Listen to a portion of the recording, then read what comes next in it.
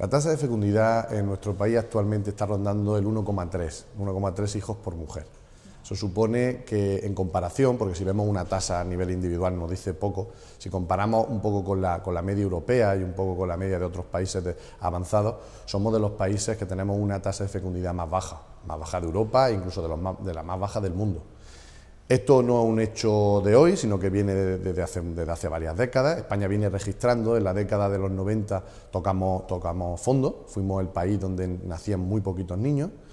Dicen algunos demógrafos, yo soy sociólogo, pero algunos demógrafos que han estudiado el tema dicen que durante la década de los 90 nacieron menos niños que durante la Guerra Civil.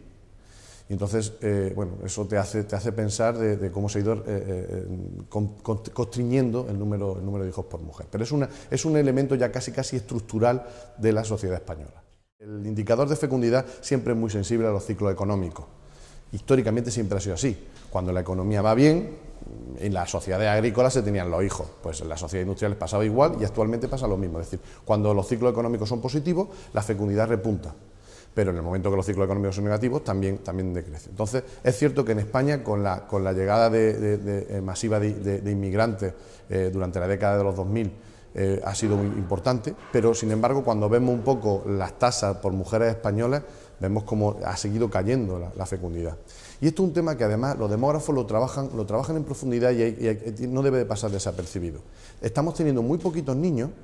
Y hay que tener en cuenta que las generaciones más grandes, los hijos de los baby boomers, que es una generación grande, están empezando a terminar su etapa reproductiva. Si esos niños, si esas personas no tienen hijos, al final, ¿qué es lo que ocurrirá?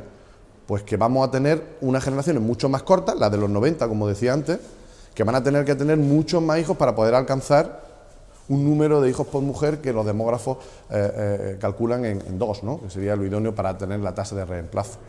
Eso es lo que hace que esto sea una cuestión que haya que estudiar y haya que profundizar.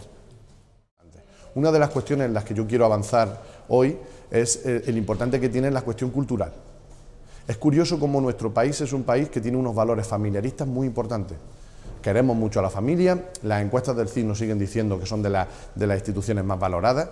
En la vida cotidiana de los españoles está muy impregnada por el tema familiar y sin embargo es curiosamente como esa cultura familiarista constriñe a la hora de tener hijos.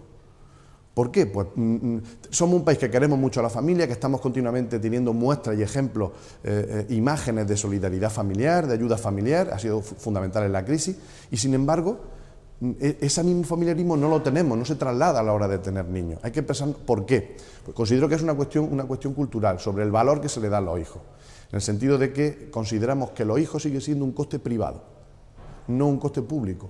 Si una persona tiene hijos, tiene que responsabilizarse de educar a los hijos, esa persona y su red familiar.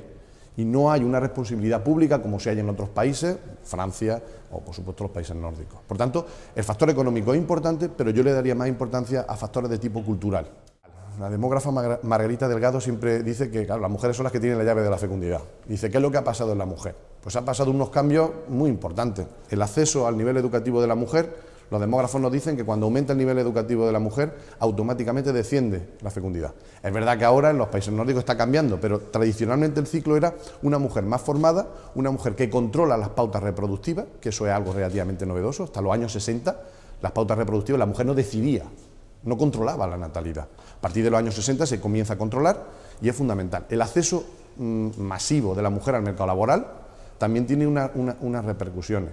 ¿Eso qué es lo que hace? Eso hace que en España no tengamos un entorno que haga posible o que ayude al tema de tener niños. Y es una cuestión en la cual hay que trabajar. Insisto, no es un factor meramente económico, es un factor económico, cultural, de género, de mercado laboral, donde tienen que implicarse todos los actores. Curiosamente, cuando le preguntamos a los españoles si los niños dan prestigio social o tienen prestigio social, tienen muy poquito prestigio social.